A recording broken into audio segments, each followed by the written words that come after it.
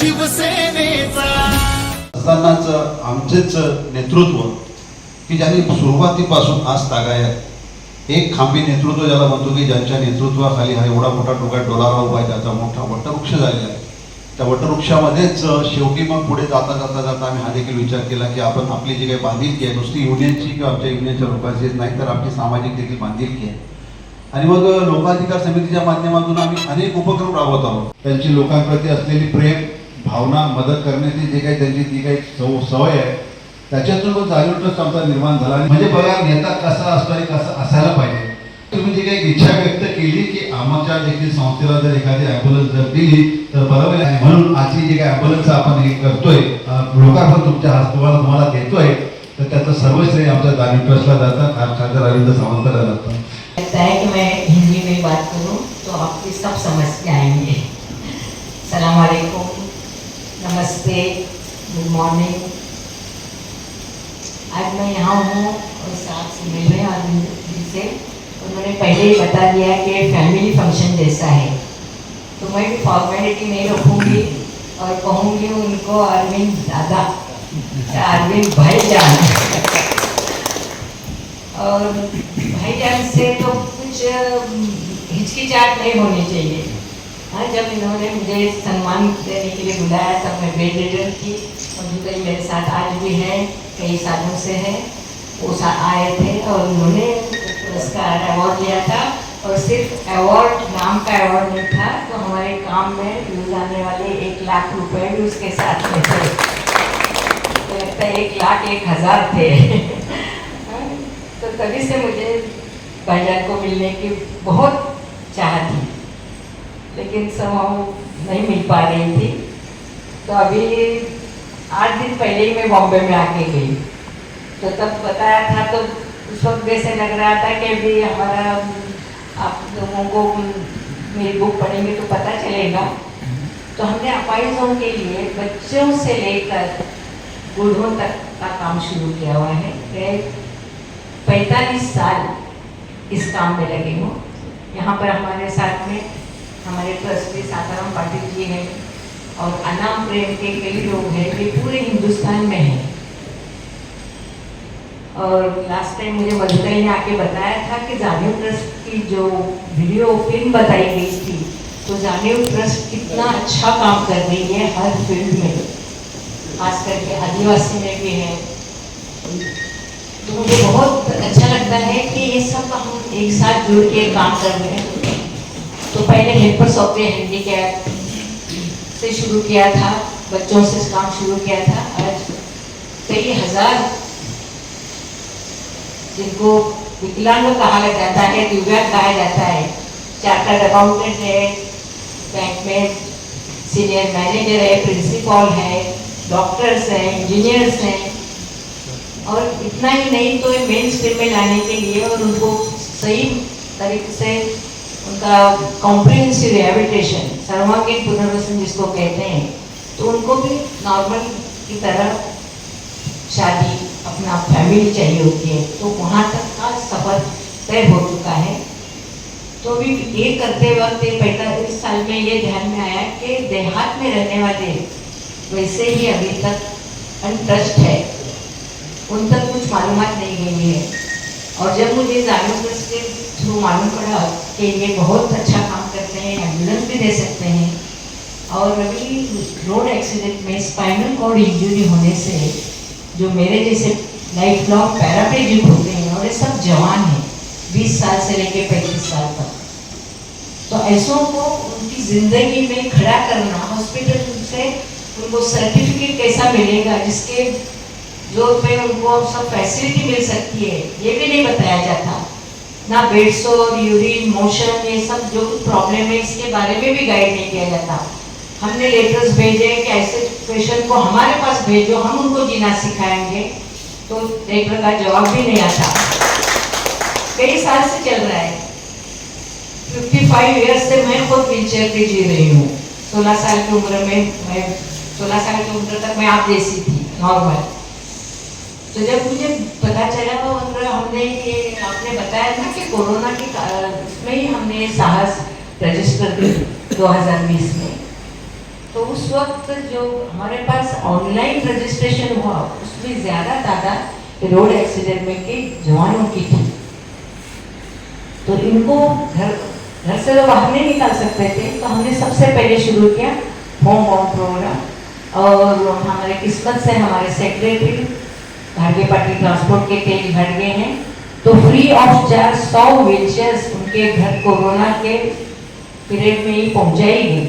जिनके पास बेड नहीं था, नीचे थैला बोलते हैं ना, यानी बैग, इसके ऊपर सुलाते हैं और उसके वजह से बहुत बड़े डीप बेड सोर्स होते हैं। कुछ हुआ, फिर हमको एक छोटी सी हैंडीकैप के लिए जगह चाहिए थी, वो मिल गई 1-2 रूम में, तो फिर वहाँ पर लाकर उनको रिहेबिलिटेट करना शुरू किया नरसिंहपुर के पास।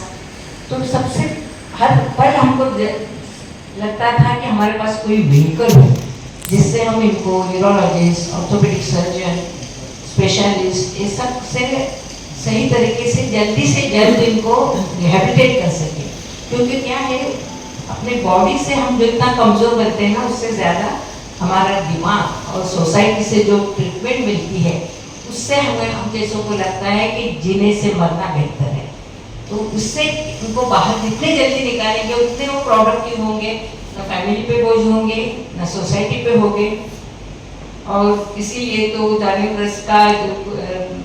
पुरस्कार लेने के बाद फौरन ही हमने, मुझे लगता है 8 दिन के अंदर ही हमारा एम्बुलेंस के लिए एक एप्लीकेशन गया। और अभी जादव साहब ने बताया, वैसे सही में मुझे लग रहा था कि 3 साल हो गए, जवाब भी नहीं है। आप साहब को भी मैंने 2 बार फोन किया कि साहब बहुत ज़रूरत है हमको, तभी वो मिल गई। अभी हमारा काम बहुत आगे बढ़ेगा और पूरे महाराष्ट्र में और पूरे इंडिया में भी बहुत बदतर हालत में जी रहे हैं हैंडीकैप, इनको बाहर निकालने का है। मैं अभी अरविंद भाईजान को एक रिक्वेस्ट करूँगी कि अभी कोल्हापुर महाराष्ट्र में तो शुरू ही है, तो आदिवासी में पालघर का एक प्रपोजल मेरे पास आया है कि आपके सेंटर जैसा अभी कोल्हापुर में हमने 2 एकड़ की जगह ली है, खास करके ऐसे rehabilitation centre, comprehensive rehabilitation centre वहाँ बनेगा। तो ये मॉडल हर जगह होनी चाहिए। और बॉम्बे में एक हॉस्टल होना चाहिए, जिसके बॉम्बे में जॉब अपॉर्चुनिटी बहुत है। 15 साल 20 साल से पहले से 100 हैंडीकैप को काम देने के लिए लोग राजी है, लेकिन रहने खाने का इंतजाम उनके लिए हैंडीकैप फ्रेंडली नहीं है। तो मुझे ऐसे कहीं जगह देखती हूँ मैं कि महाड़ा के जो बिल्डिंग्स हैं वो खाली पड़े हुए हैं और अभी कंस्ट्रक्शन भी शुरू है। तो एक बिल्डिंग का कंस्ट्रक्शन हैंडीकैप फ्रेंडली हो, उसका प्लान ये सब, क्योंकि शिवाजी यूनिवर्सिटी में मैं सीनेट पे थी, तो वहाँ का भी जो माहौल था, जो ऊपर से ऑर्डर्स आते हैं और हमें जो ज़रूरतें होती है उसमें काफ़ी फर्क होता है। लेकिन सीनेट पे जाने से हमने बैरियर फ्री इन्वायरमेंट का ऐसा एक स्ट्रक्चर बनाया बिल्डिंग का, और उस सीनेट को शिवाजी यूनिवर्सिटी को दिया, और उसके मुताबिक वहाँ पर पूरा नहीं लेकिन कुछ तो हैंडीकैप फ्रेंडली, जिससे सेल्फ डिपेंडेंसी से हम जी सकेंगे। तो ऐसा बॉम्बे में मुझे एक पूरी बिल्डिंग चाहिए जिसमें हर कैटेगरी के हैंडीकैप को रिहेबिलिटेट होने का, अपनी पसीने की कमाई खाने का मौका दे सके। और ये नामुमकिन नहीं है, दिव्यांगों के लिए जो फंड है रिजर्व है, तो उसी में से ये हो सकता है।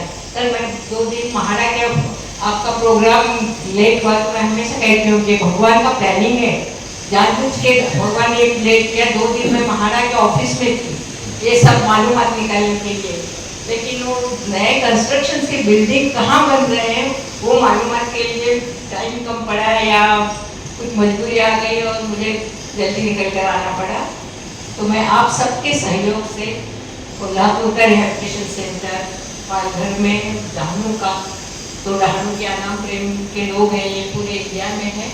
और हम जब 100 50 बच्चों को जब जीना सिखाते हैं, सेल्फ डिपेंडेंसी सिखाते हैं, तो सोसाइटी में गर्दन ऊंची करके अभिमान से जीना है, ये सिखाने के लिए ट्रिप्स लेके जाते हैं। इसी साल हमने लाए थे राज्यपाल भवन में, सब घूमे, हर जगह घूमे।